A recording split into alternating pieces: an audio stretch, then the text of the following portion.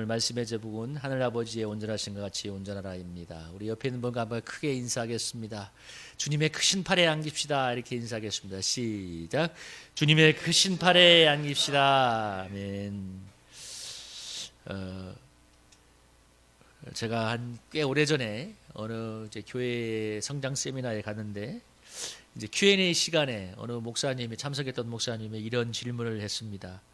교회 부흥에 관한 질문이었는데 이제 그 강사님이 이렇게 하면 교회가 부흥되고 저렇게 하면 교회가 부흥된다고 말씀하시면서 근데 그분이 뭐라고 질문을 했냐면 강사님한테 제가 이렇게 저렇게 다 해봤는데 교회가 잘 부흥이 안 됩니다 하니까 강사님이 뭐라고 이렇게 답을 했냐면 그러시면 목사님의 신앙과 삶을 한번 돌아보시기 바랍니다. 그 얘기를 했는데 지금도 제가 10년도 넘은 그 시간이었는데 그 이야기가 굉장히 마음에 많이 남고 있습니다. 여러분 교회 부흥에 관한 세미나고 또 목사님들이 얼마나 교회 부흥에 목이 말라 있습니까? 그러니까 이렇게도 해보고 저렇게도 해보고 싶은 그래서 세미나를 많이 들어보는데 그런데 그래서 이렇게도 이것도 들어보고 저것도 들어보고 또 와서 이것도 해보고 저것도 해보지만 교회 성장이 안 되는 경우가 허다합니다.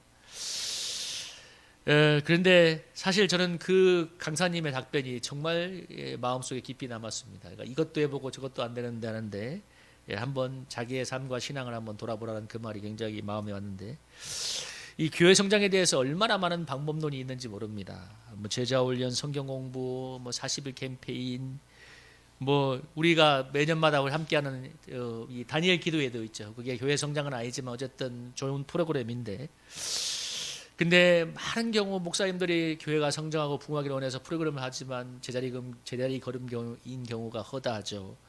여러분 만약에 지금 우리 다니엘 기도회가 15,000 교회가 넘는 교회가 참석하고 있는데 다니엘 기도를 다 한다고 해서 오른키로처럼 되지는 않잖아요. 여러분 그 김은호 목사님이 교회를 개척하면서 얼마나 기도를 하기 위해서 몸부림을 치고 그분이 예배에 기름 부음이 임하고 은혜가 임하는 예배가 되기 위해서 이 40일 금식 기도를 하고 20며칠을 금식 기도를 하고 그야말로 금식 기도를 밥 먹듯이 하고 정말 목숨을 걸고 기도하면서 그 교회를 이루었던 그 마인드와 그 삶을 알아야 이 다니엘 기도회를 할 때 더 폭발적인 하나님의 역사가 함께하는 거죠.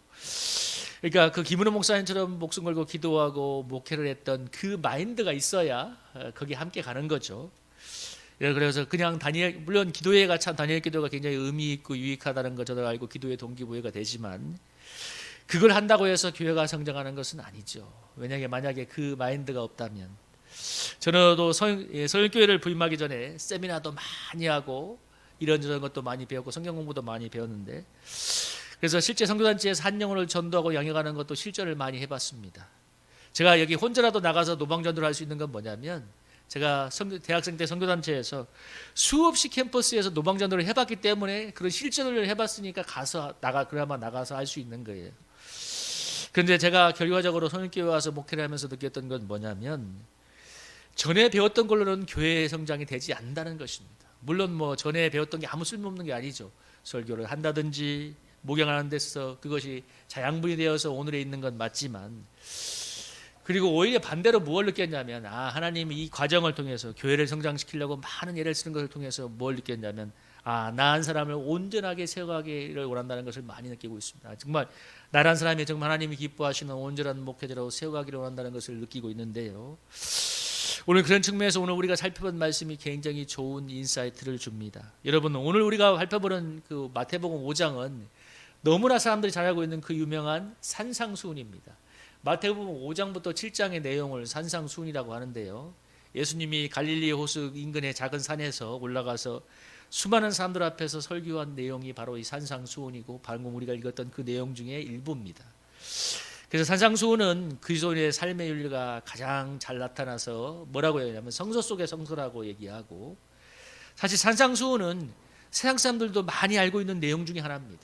그래서 세상 사람들도 이 내용을 알고 삶의 좋은 이 교훈으로 삼기도 하고 또 타 종교의 사람들도 굉장히 많이 이용을 하는데 제가 전에 해민 스님이 썼던 그 어느 저서를 읽어보니까 내용을 가만히 읽어보니까 산상수훈의 내용을 너무나 많이 끌어왔다는 걸 느꼈어요. 그러니까 표현은 같지 않더라도 그 속에 있는 정신이 그래서 그만큼 그리스도의 삶의 의리에 대해서 오늘 읽었던 내용도처럼 너무 아름답게 표현하고 있는데요. 우리가 뭐 마태복음 방금 5장 38절부터 48절까지 읽었지만 마태복음 5장 전반을 살펴본다면 대표적으로 우리가 잘 알고 있는 말씀이 마태복음 5장 3, 4절이 있죠. 여러분 한번 읽어볼까요? 마태복음 5장 3, 4절 한번 읽어보겠습니다. 시작.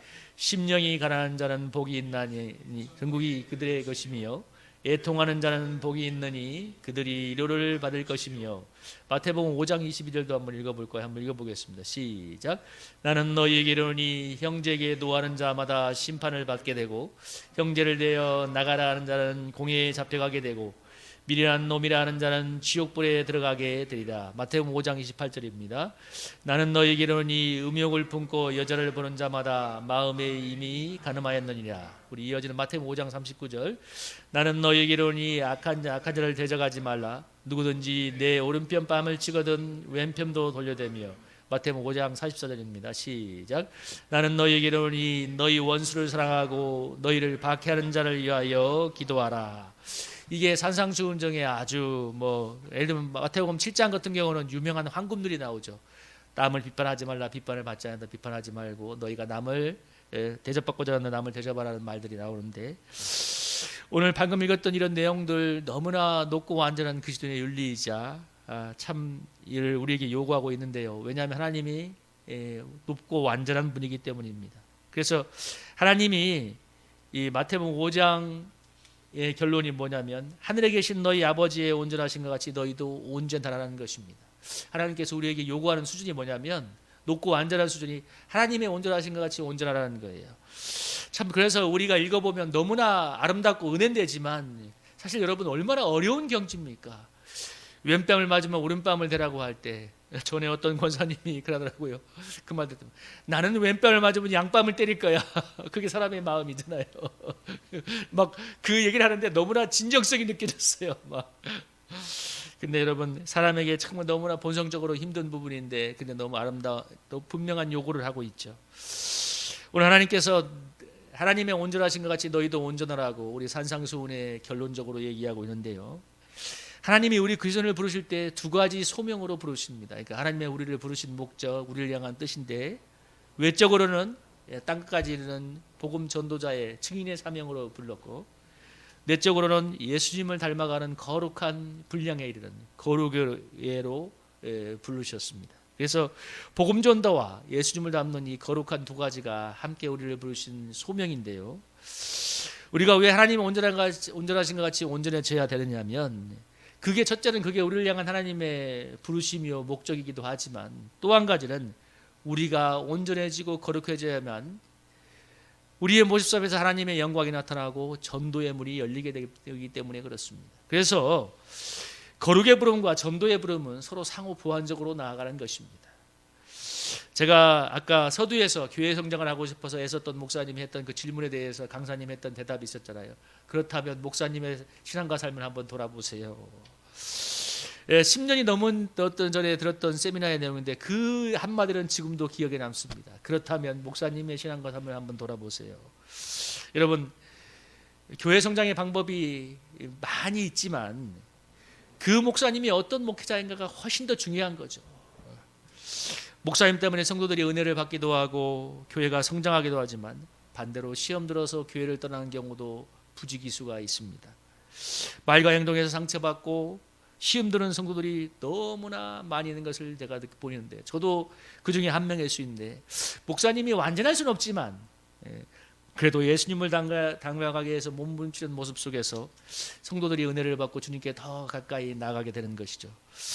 전에 어느 세미나에서 강사님이 우스갯소리로 이렇게 하는 얘기를 들었습니다.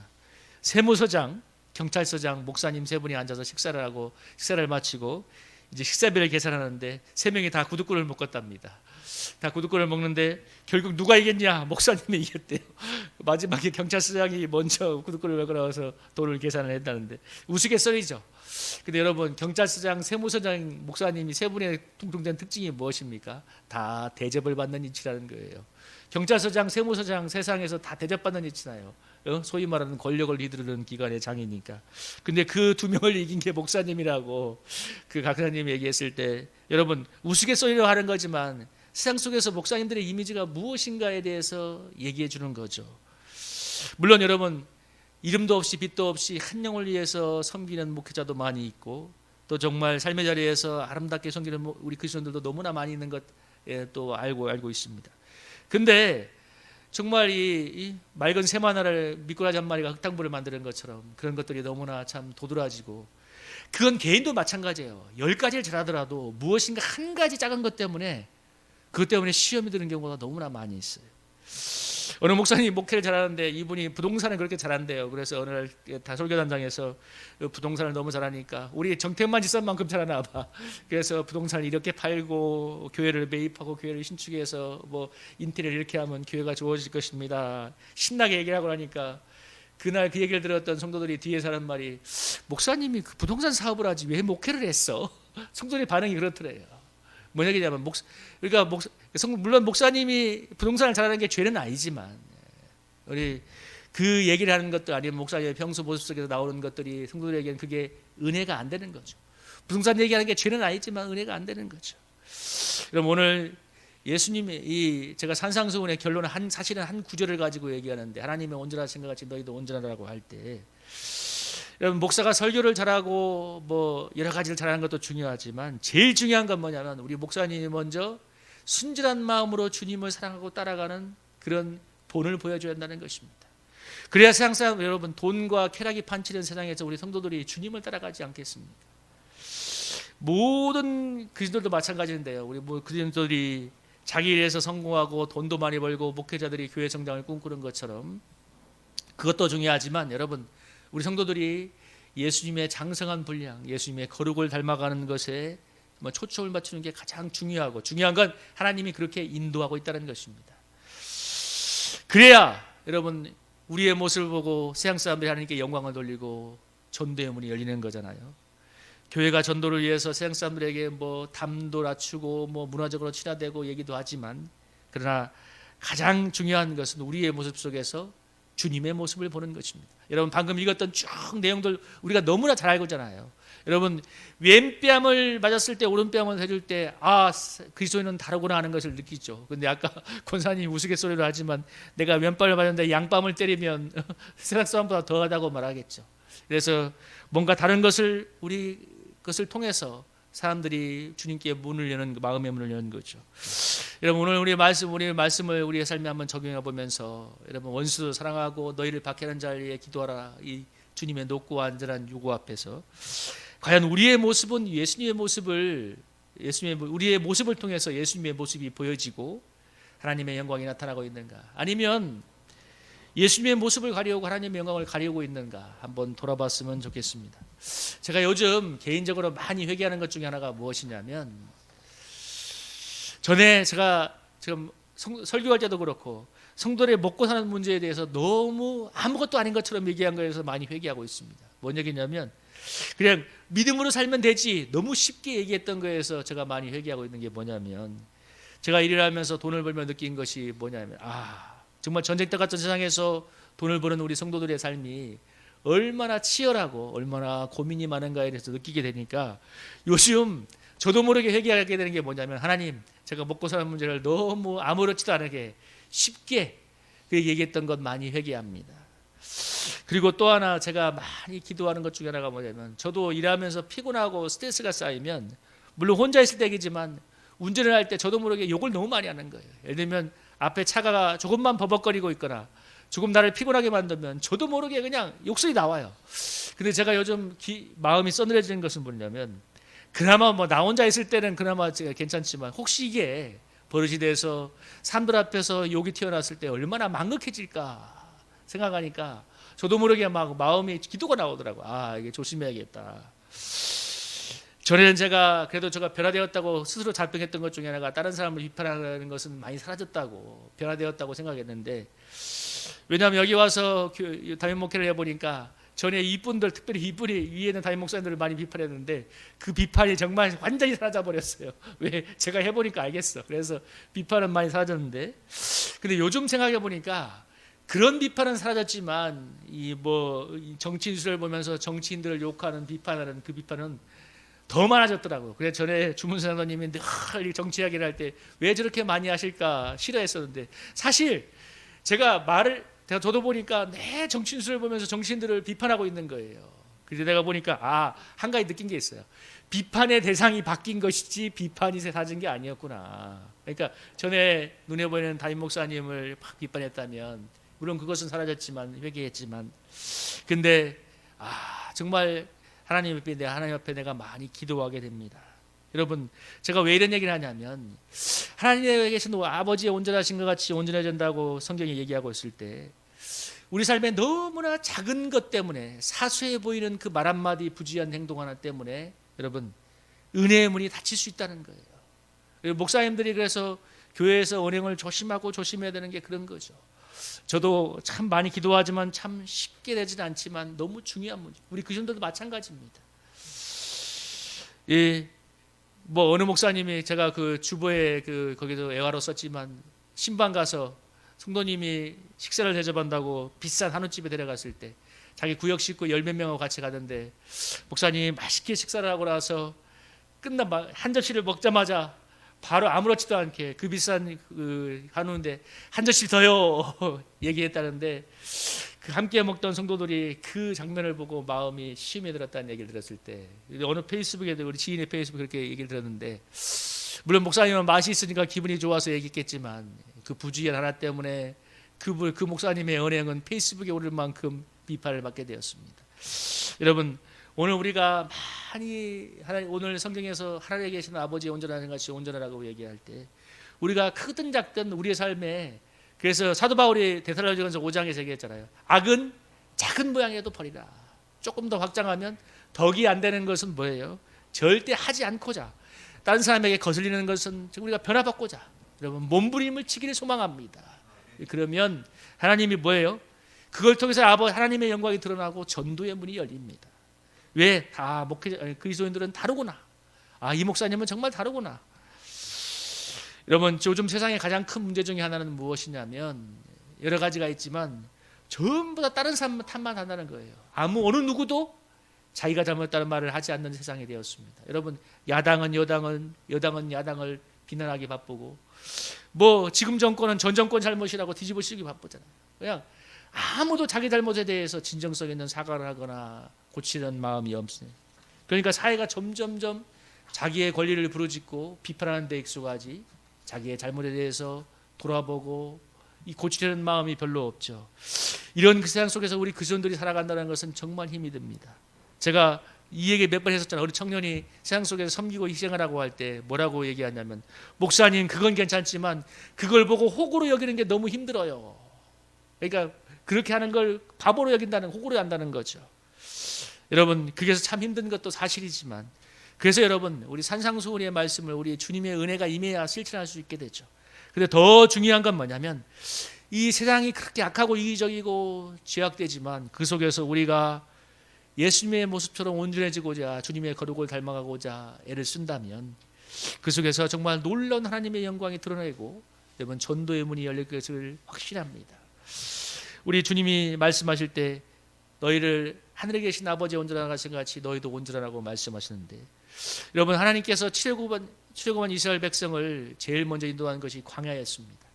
우리가 여러분 꼭 오늘 마지막에 기억해야 될 단어가 뭐냐면, 하나님의 부름은 성공이나 행복이 아니라 거룩이라는 사실을 기억하시기 바랍니다. 하나님이 만약에 성공이나 행복이 이스라엘 백성의 목적이었다면 애굽보다 훨씬 더 좋은 곳으로 인도했을 것입니다. 그런데 40년간 광야로 그들을 몰아넣고 하나님의 말씀대로 살아가는 거룩한 하나님의 백성으로 만드시는 게 하나님의 뜻이었기 때문에, 가장 먼저 출애굽한 뒤에 광야로 40년간 그들을 인도했다는 사실을 여러분 기억하시기 바랍니다.